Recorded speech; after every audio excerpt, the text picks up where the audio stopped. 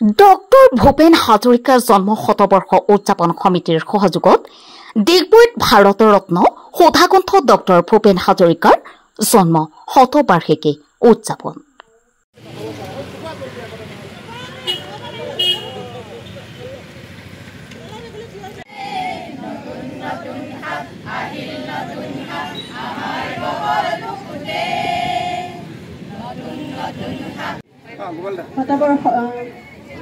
সুধাকণ্ঠ ভূপেন হাজৰিকা শতবৰ্ষ উদযাপন সমিতিৰ সাধাৰণ সম্পাদক পল্লৱ শৰ্মাদেৱক মই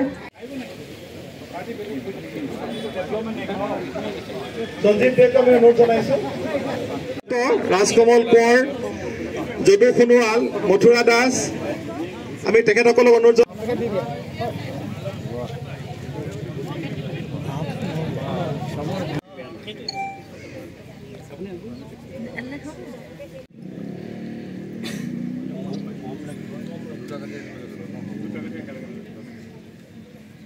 ৰেণু বাইদেউ উপস্থিত আছে, আমি তেখেতক পুষ্পাঞ্জলি প্ৰদান কৰিবলৈ অনুৰোধ জনাইছোঁ।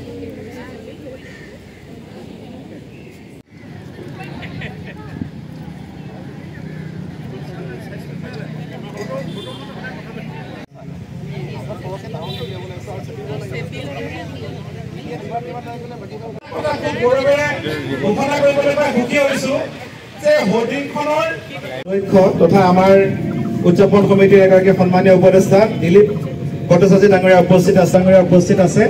আমি তেখেতকো পুষ্পাঞ্জলি নিবেদন কৰিবলৈ অনুৰোধ জনাইছোঁ। অসমৰ গৌৰৱ, অসমৰ স্বাভিমান, নমস্য ব্যক্তি, সুৰকাৰ, গীতিকাৰ, আমাৰ লেখক, সংগীতজ্ঞ, শিক্ষাবিদ, কবি ডক্টৰ ভূপেন হাজৰিকাদেৱৰ আজি পবিত্ৰ জন্মদিন, 99 সংখ্যক, আৰু আজিৰ প্ৰায় 2026 চনৰ 8 ছেপ্টেম্বৰলৈকে শতবাৰ্ষিকী উদযাপন কৰা হ'ব। আৰু তাৰে আজি ডিগবৈ কেইবাটাও স্থানত ডক্টৰ ভূপেন হাজৰিকাদেৱৰ জন্ম শতবাৰ্ষিকী উদযাপনৰ আজি প্ৰথম কাৰ্যসূচী উদযাপন কৰিছোঁ। আৰু আমাৰ এই সমিতিখন জন্ম শতবৰ্ষ উদযাপন জন্ম সুধাকণ্ঠ জন্ম শতবাৰ্ষিকী উদযাপন সমিতিৰ সন্মানীয় সভাপতি আছে, আমাৰ সকলোৱে শ্ৰদ্ধাৰ শিক্ষাগুৰু কন্যাকেশ ছাৰ আছে, কাৰ্যকৰী সভাপতি গোপাল দাস ডাঙৰীয়া আছে, আমাৰ সাধাৰণ সম্পাদক পল্লৱ শৰ্মা ডাঙৰীয়া আছে, আবু হুছেইন ডাঙৰীয়া আছে। সকলো মিলিত প্ৰচেষ্টাত খুব সুন্দৰভাৱে প্ৰতি বছৰে ডক্টৰ ভূপেন হাজৰিকা দেৱৰ ইয়াত পুণ্যতিথিত উদযাপন কৰা হয়। আৰু তেখেতৰ গুণ গৰিমাৰ বিষয়ে আমি 1 মিনিটত কৈ দিয়া কথা নহয়, আমি সকলোৱে জানো তেখেতে বহু সন্মানৰ অধিকাৰী।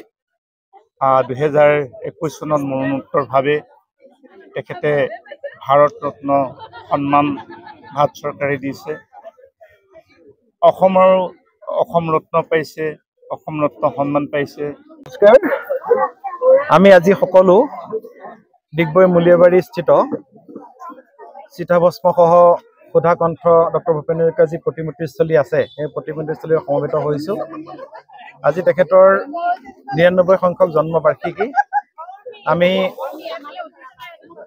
যোৱা 5 আগষ্ট তাৰিখে 2003 চনতে স্থাপিত ভূপেন হাজৰিকা ফেন ক্লাব ডিগবৈৰ সৌজন্যত আয়োজিত ৰাজহুৱা সভাত গঠন কৰা ডক্টৰ ভূপেন হাজৰিকাৰ জন্ম শতবৰ্ষ উদযাপন সমিতিয়ে যি বৰ্ষজোৰা আমি সুধাকণ্ঠগৰাকীৰ জন্মবৰ্ষ উদযাপন কৰাৰ সিদ্ধান্ত লৈছোঁ, তাৰ আজি শুভাৰম্ভ অনুষ্ঠান।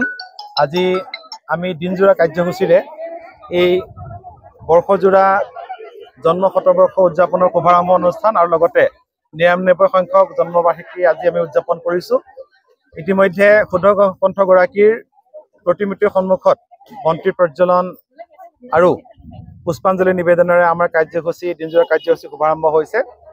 আমাৰ শতবৰ্ষ উদযাপন সমিতিৰ সভাপতি পুণ্য শইকীয়া, কাৰ্যকৰী সভাপতি গোপাল চন্দ্ৰ দাস, 2গৰাকী কাৰ্যকৰী উপদেষ্টা অতুল চন্দ্ৰ শৰ্মা আৰু প্ৰবীণ বৰাদেৱে বন্তি প্ৰজ্বলন আৰু পুষ্পাঞ্জলি প্ৰদান কাৰ্যসূচী শুভাৰম্ভ কৰে। আৰু এই কাৰ্যসূচীত আমাক ডিগবৈ সমষ্টিৰ মাননীয় বিধায়ক সুৰেন ফুকন ডাঙৰীয়া আমাক সহযোগ কৰে।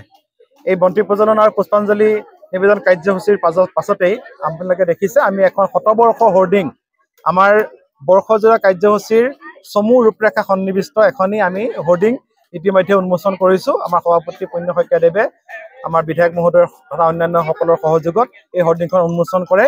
বৰ্তমান আমাৰ শতবৰ্ষ সুধাকণ্ঠগৰাকীৰ শতবৰ্ষ উদযাপনৰ স্বাক্ষৰ সংগ্ৰহ অভিযান চলি আছে আৰু আজিৰ এই শুভাৰম্ভ অনুষ্ঠানত উপস্থিত থকা আমাৰ সুধাকণ্ঠগৰাকীৰ বিভিন্ন গুণমুগ্ধ ৰাইজ, আমাৰ শতবৰ্ষ উদযাপন সমিতিৰ বিষয়ববীয়া, 3খনকৈ বিদ্যালয় সৌমাৰ বিদ্যাপীঠ, শিশু নিকেতন আৰু কাৰ্মেল স্কুল বিদ্যালয়ৰ ছাত্ৰ ছাত্ৰীসকলে এই শতবৰ্ষৰ স্বাক্ষৰ সংগ্ৰহ অভিযানত ইতিমধ্যে তেখেতসকলে সহযোগ কৰি স্বাক্ষৰ কৰিছে। আমাৰ দিনজোৰা কাৰ্যসূচীৰ আৰু কেইবাটাও কাৰ্যসূচী আছে। বিয়লি আমি doctor Bhupen Hazarika fan club ডিগবৈৰ আমাৰ যিসমূহ আজীৱন সভ্য প্ৰায় 100 গৰাকী আজীৱন সভ্যৰ স্বীকৃতি পত্ৰ আমি প্ৰদান কৰিম, একোটিকৈ লেপেল পিল প্ৰদান কৰিম আৰু তাৰ পিছতেই সন্ধিয়া আমাৰ স্থানীয় শিল্পীসকলৰ দ্বাৰা সাংস্কৃতিক কাৰ্যসূচী পৰিৱেশিত হ'ব।